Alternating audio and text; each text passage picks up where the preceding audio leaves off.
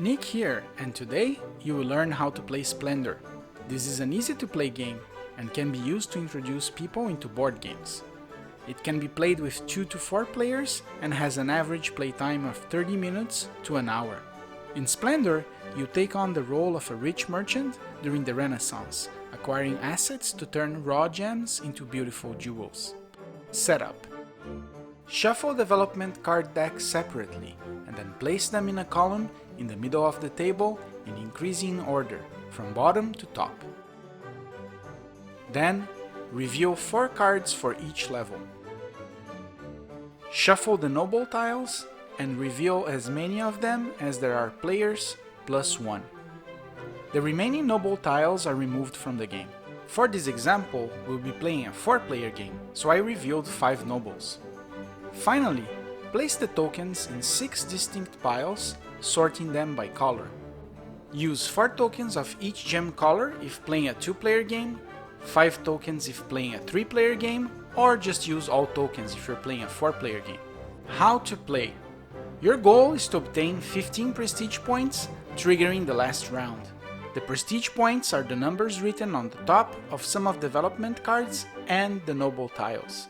You acquire development cards by paying their cost with gems and/or gold. The youngest player begins. Play then proceed clockwise. On their turn, a player must choose only one of the following actions. Action A is taking 3 gem tokens of different colors. If there are not enough tokens available to take 3 different colors, you may take 1 or 2 tokens. Action B is taking 2 gem tokens of the same color. Note that you may not take 2 tokens of the same color if there are less than 4 tokens available of that color. A player can never have more than 10 tokens at the end of their turn. If that happens, they have to return tokens until they have only 10 left. Action C is reserving 1 development card and taking 1 gold token, which is the Joker in Splendor. You can reserve any card that is revealed or draw the first card from one of the 3 decks. Take the card and keep it in your hand and place the gold token in your reserves. You can still reserve a card if there is no gold left, but a player may not have more than 3 reserved cards in hand.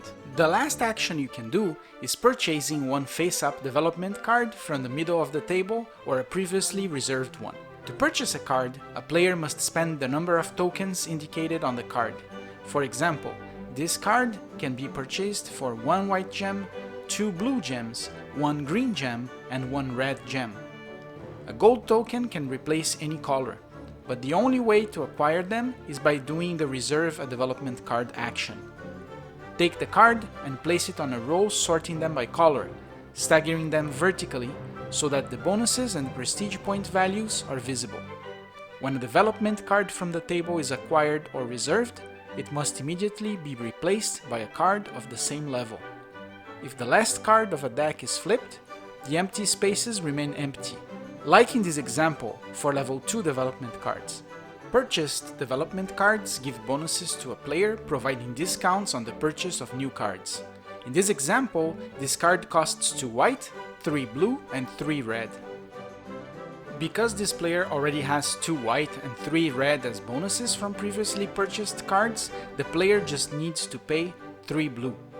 Cards can even be purchased without spending any tokens if you have all the bonuses required.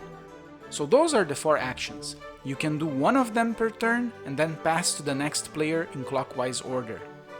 Before you are ready to start, let's talk about the nobles. At the end of each player's turn, they should check the noble tiles to determine if they are eligible to receive a visit from them. A player can be visited if they have at least the quantity and types of bonuses indicated on the noble tiles. For example, player 1 has 2 green, 3 red, and 3 blue, and 1 white development card bonuses. There is 1 noble almost at grasp, but he's missing 1 green. At their turn, player 1 bought another development card that gives a green bonus. At the end of their turn, the player acquires the noble's tile and gains its prestige points, placing it face up next to the player in question. If a player has enough bonuses to acquire 2 nobles at the end of their turn, they have to choose which noble to pick. The player can still obtain the other one next turn, if no one else achieved the objective before the player in question. When a player reaches 15 prestige points, complete the current round for each player, the player with the highest number of prestige points is declared the winner. In case of a tie, the player who has purchased fewer development cards wins. And that's how you play Splendor. Did you like it? Want me to do a how to play video on your favorite board game? Leave some suggestions in the comments below. For more how to play videos, subscribe to my channel. See you next time.